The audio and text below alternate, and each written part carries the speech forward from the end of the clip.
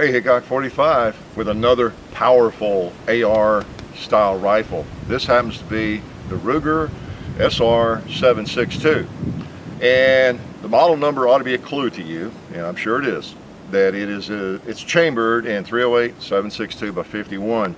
And these are generally bigger rifles. They're heavier and bigger.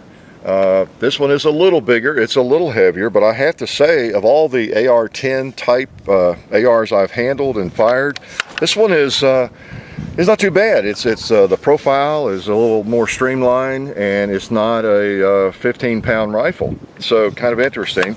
We're going to take some shots with it and just see what I think about it, and then we'll see what you think about it. It's hard to know what you think about it though, because I can never hear you all through the computer screen, and you're not here shooting the thing. But I'll give you my impressions, and yeah, you can't hate something when it's chambered in 308, can you? I know you real gunnies, you people that have the addiction almost as badly as I do, there's just something about a 308 or, you know, a 45. It's just fun to shoot, even if you don't shoot it a lot or carry it or whatever. It's just something special about it, right? So let's take a quick look, and I'll take a few shots of this. It's you know, Ruger. It hadn't been out that long. You know, they had the SR556, and now they have the 762. You know, in this big chambering, this big cartridge, of course. That's some Brazil stuff there. I don't know, it's got some sealant or something we noticed. Not 100%. What I would want to take to battle, I think. But anyway, the rifle has about a 16-inch barrel. It's got the Mini 14 style flash hider. You know, it's a piston gun. It's your gas adjustment here. We might even do a little of that. It's got a fluted barrel in there. You can't see too well. And one thing I like about this thing is it doesn't have the big quad rail, and you can put them on there. They come with it. You can attach more rails if you want on the bottom and the sides, and you can even cover them up. It comes with covers. But I always like an AR when I pick it up and it's got that kind of that round forend on it. It just feels good to me. And of course it comes with 20 round 3P mags. A pretty nice case I don't have out here, but it's a pretty nice nylon case. It's got your standard AR. Yep. Whoops, I had to bolt back, of course. But well, not of course, but I had it back.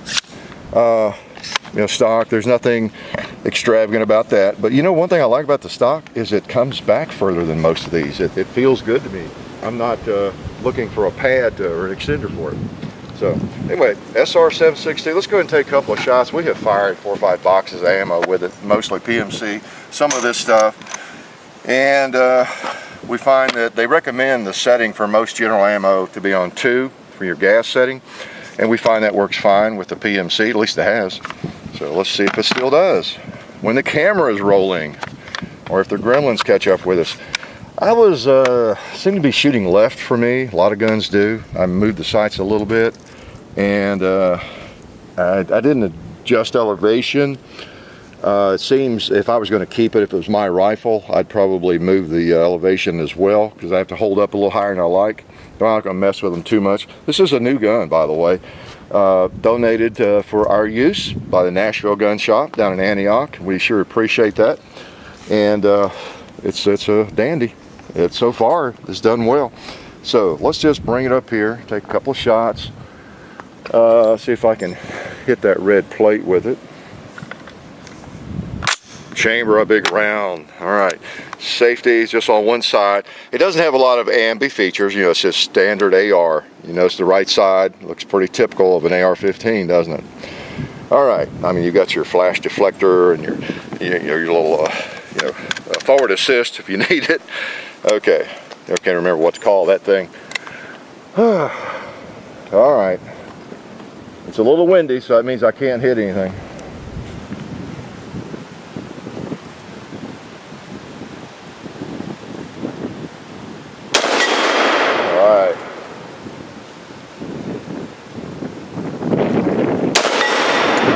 Does not have the best trigger in the world, but you know, it's not bad for combat. How's that? Combat against steel plates. 2 liters. I'll take that. I might even try a piece of cinder block over there. All right. I think we're ready for 2 liter. Well, okay, he's not getting by with that. tell you. We got a new target here too. These little bottles you might have seen I picked up at a department store, Friedman's here in Nashville the other day. Hadn't been in there in about 15 years. Not designed for 308, but I couldn't resist. Paint cans are designed for 308. What'd I tell you? Where'd that 2-liter come from? Oh, he was sitting behind there. Okay, let's try a 12-ouncer there. I'll have to hold above it probably. Yeah, I got 2 with one shot. Let's go ahead and take that pot out.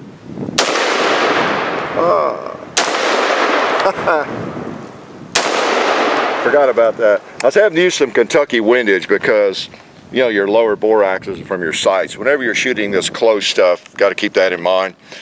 All right, let me show you a little bit about it, and then we'll take a couple more shots with it. And we have a round in the chamber, don't we? That's the thing that gets people. You don't know about semi-automatic firearms. It's that round in the chamber is the one we forget about sometimes, or you can. All right, so we're definitely clear. There's nothing in there, again, except oxygen. So I'm gonna put the bolt down. I'm gonna show you a couple things about it here. Just go ahead and click it. Comes apart like an AR-15. And I know it's new and stiff. I don't think I even oiled these pins like I usually do. And I end up having to push on them with something besides my finger. Get that. Come on now. Sometimes it helps to not be fumble fingers. No, sometimes it helps to actually have it closed when you start that one. I've noticed a wide range of, let's go ahead and take the carrier out, difference in the ease with which that forward pin you know, comes out.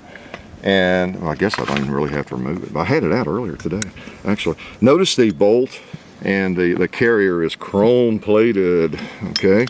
And it's bigger than your, your AR-15 bolt. And your gas key is a part of the carrier, you know, and your average or your typical bolt, it's screwed onto the carrier and then staked on the better ones, but that's actually part of it, so you don't have to worry about that loosening up. I'm not sure what I think about. I never really have been all that fond of chrome, any kind of plating on my bolt and my carrier. It just seems like it'd be something that could chip off and cause problems, but I'm sure we have gotten to the point where that's really not a problem anymore, surely, with today's technology, and that would, you know, ideally make it easier to clean and make it work more smoothly, maybe with less lubrication. So I don't know, whatever you think about that, but it's all chrome plated, kind of nice. So that's that, and of course hammer there, trigger, you know, there's nothing unusual. You can replace the buffer tube with something else, drop in a different trigger, you know, whatever you like on this thing, and you know, upgrade it, so to speak, if you like. It's pretty typical in most ways. You got your flip up sights there. Let me go ahead before it gets too hot. Now we know it's clear because there's no bolt and nothing in it. I don't even really need to take that off. The gas system, okay, has 4 positions, and I took this apart a little bit earlier. Let's see, you push this bolt through, this little pin, and then you turn it around to where the flat side is up. Yeah, and then I don't want to lose anything. Like I say, it's a new gun that comes out. And the piston comes out of there. Yep, just like that for cleaning. And you know, you don't use lubricant. I mean, I will actually, the way I clean these is I do clean them with Ballistol, and because that's what I use to clean everything. But then I make sure there's no oil on it, and I'll use alcohol or something on it to get the Ballistol or whatever, the cleaner off of it. And if it's not too dirty, clean it with just, you know, alcohol or something that's non-petroleum based, or just anything like that. But so you pull that out, clean that every now and then, every couple of centuries, right? And let's see, put that back in. Look like I know what I'm doing.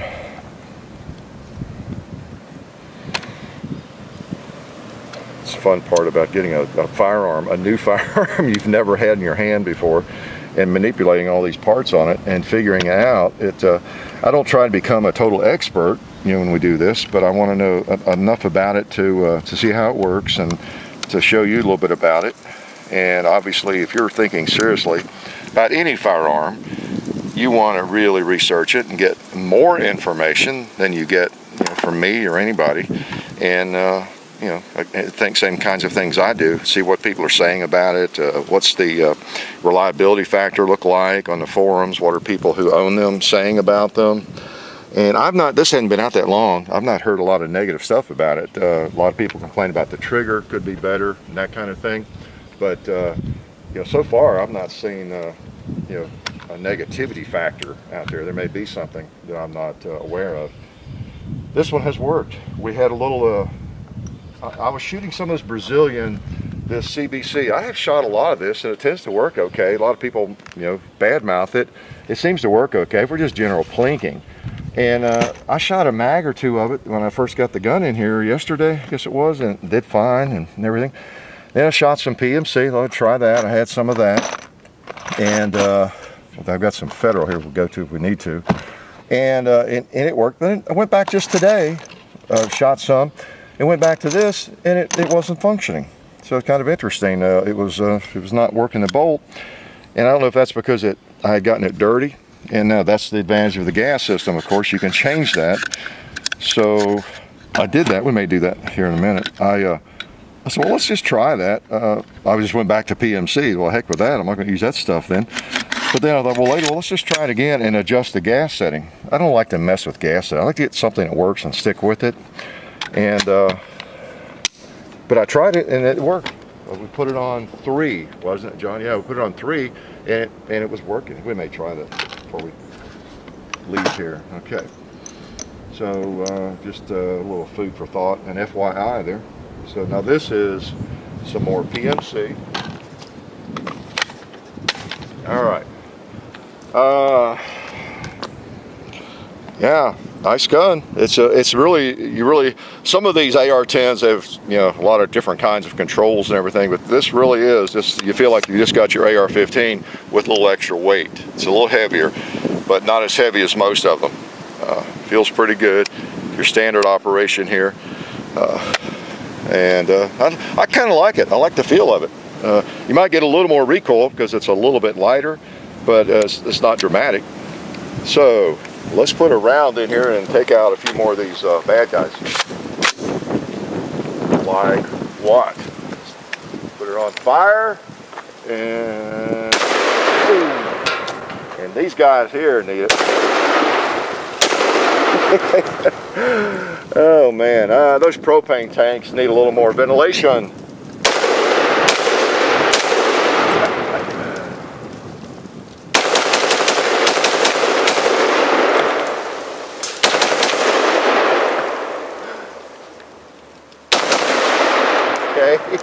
The trigger reset's not bad. I was having a little trouble continuing my my rapid fire there, but trigger's not great, but it's not bad. You wouldn't nothing to write home about, but it's fine. Let me try this again while we're on air, just for kicks. Now, again, this is the CBC that we were having trouble with. In fact, I don't know. I've always gotten this stuff looked okay, but some sealant or something on these. This is a couple of old boxes I've had around a while. It looks like something's oozed out there where the bullet was sealed or something. I was really expecting to maybe have trouble with that instead of the power factor. Let's put a few more in here. We'll assume it's going to work. How's that? We'll be positive.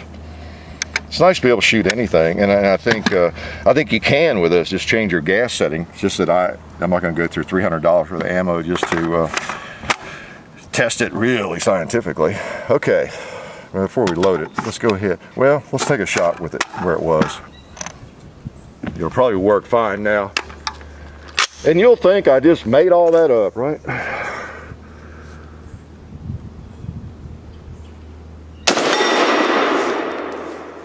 It felt like it chambered.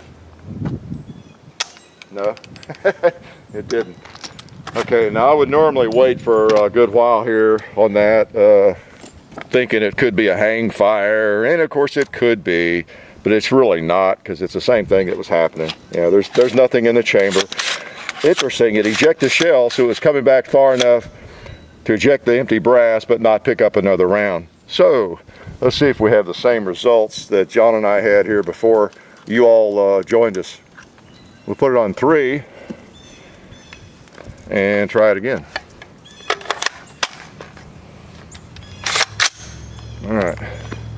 Now, if this doesn't work, I'm sorry. I'm not going to burn a bunch of ammo trying to figure it out.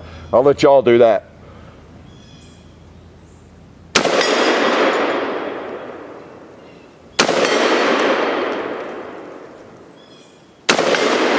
Okay. There you go. We all learned something here today. And there will be no extra charge for that this time. Next time, yes. You got to send me some ammo. So, pretty cool. Did I shoot everything I need to shoot? Well, no, you know, I forget that 2-liter right there. Sometimes you all don't remind me. Let's see, we still have, did I change it back? I have short memory. Yeah, I did change it back. So let's put a couple of PMCs in here. Yeah, that's the main thing. That guy right there. I'll put 3 rounds in because I could miss him. Just because he's close. Oh, you know what else I forgot? John's good at sign language. I forgot a cruel target. Let's go ahead and put a few more in. Y'all probably wondered what that bucket is sitting there. Well, that bucket, as I told you, short-term memory loss. I just filled it up with water before we started the video as a last thought, since we're shooting 308. And then I promptly forgot about it.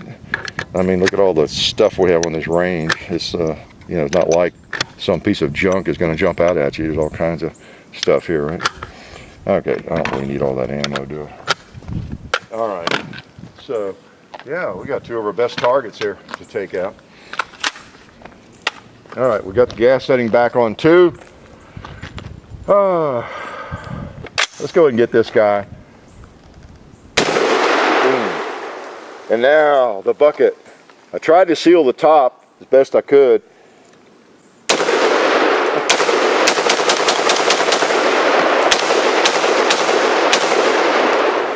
Oh well, you know, I'll never grow up.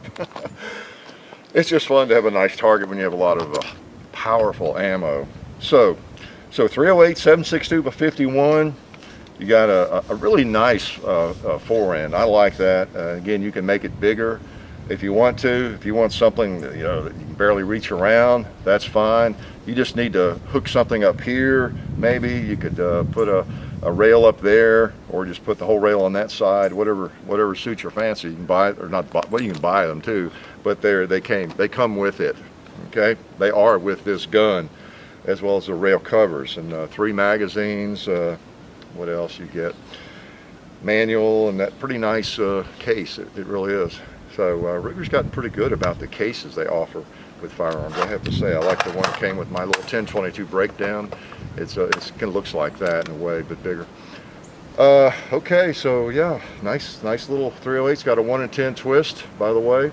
If I didn't tell you, I believe it's marked, yeah, on the barrel, 1 in 10 twist, chrome line, hammer forged barrel. You know, a lot of the stuff you just really need to do these days if you're going to compete in this market, right? So pretty nice rifle, flip up sights, and adjustable for windage and elevation.